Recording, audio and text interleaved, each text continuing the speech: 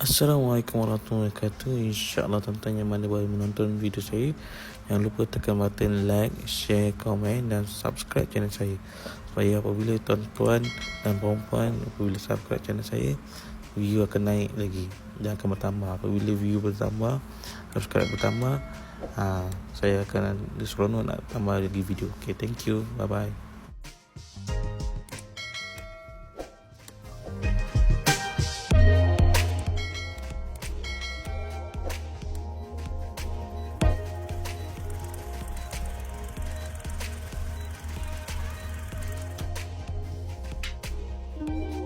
Assalamualaikum warahmatullahi wabarakatuh. Terima kasih tuan-tuan yang telah melihat dan menonton channel saya daripada awal hingga sekarang.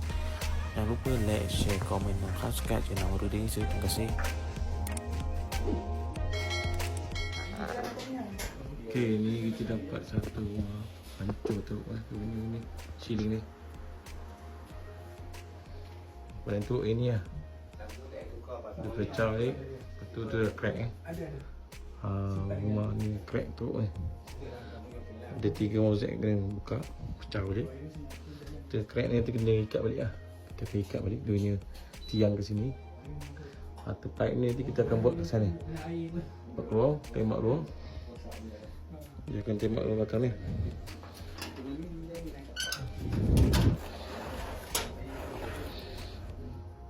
Kita akan tembak ni pipe tu.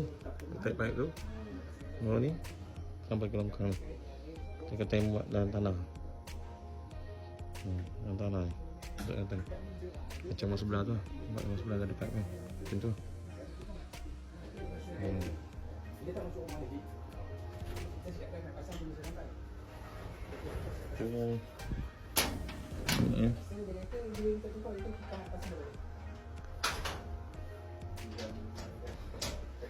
Itu ni ada punya dia tak pasang merah tu, nyambung.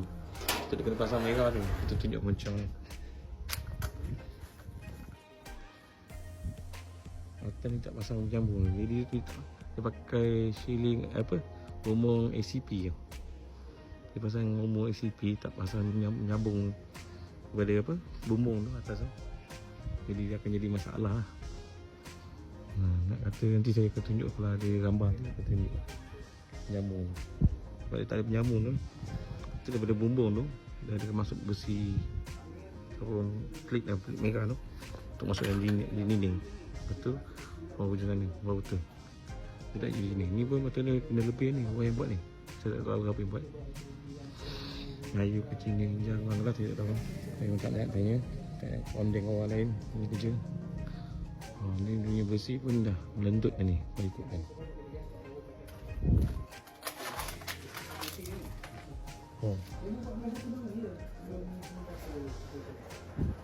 Ini pun air pun dah penuh. Cici nak tu sama.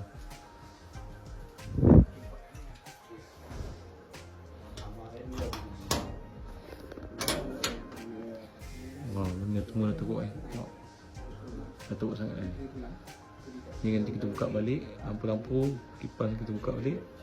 Pasang siling baru. Lepas tu yang tu kita tutup atas tu. Dia buat longkang. Macam tu lah. Jangan buat.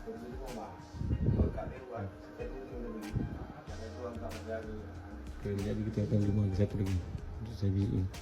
Betul.